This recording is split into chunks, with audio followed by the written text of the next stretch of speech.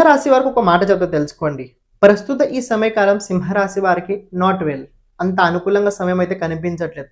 So, మీరు తొందరపాటు లోపల ఏదైనా తప్పు చేయడానికి ప్రయత్నించినా కూడా ఇబ్బంది అవుద్ది.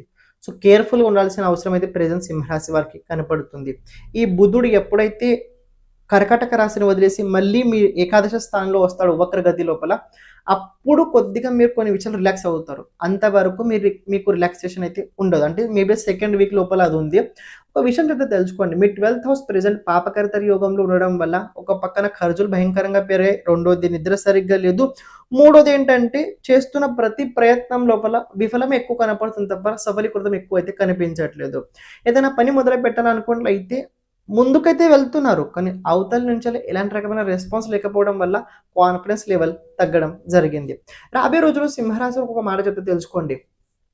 మీరు ఏవైతే చేస్తున్నారో, ఏ పనులైతే మీరు చేయాలని మీరు అనుకుంటున్నారో, దాన్ని అలాగే ఆ రీతిగానే చేయడానికి మీరు మీ అంతా మీరు ప్రయత్నించండి తప్ప గ్రూప్ లోపల కనుక మీరు పని చేస్తున్నట్లయితే, గ్రూప్ లోపల పని అంత వర్కౌట్ అవ్వదు. కానీ సింగిల్‌గా చేస్తున్నట్లయితే వర్కౌట్ అయ్యే అవకాశాలు ఎక్కువగా కనపడుతున్నాయి.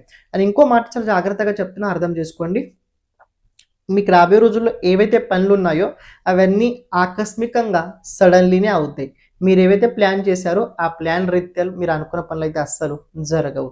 సో, చేయాల్సిందేంటంటే మీరేవైతే చేస్తున్నారో మీరేవైతే చేస్తున్నారో మీరు అనుకునే కావు. మీరేవైతే చేస్తున్నారో దాన్ని అలాగే మెల్లమెల్లగా తీసుకుంటూ వెళ్ళండి తప్ప అది ఈరోజు జరుగుద్దని ఫైనల్ కన్క్లూజన్ వరకైతే మీరు అస్సలు రాకండి.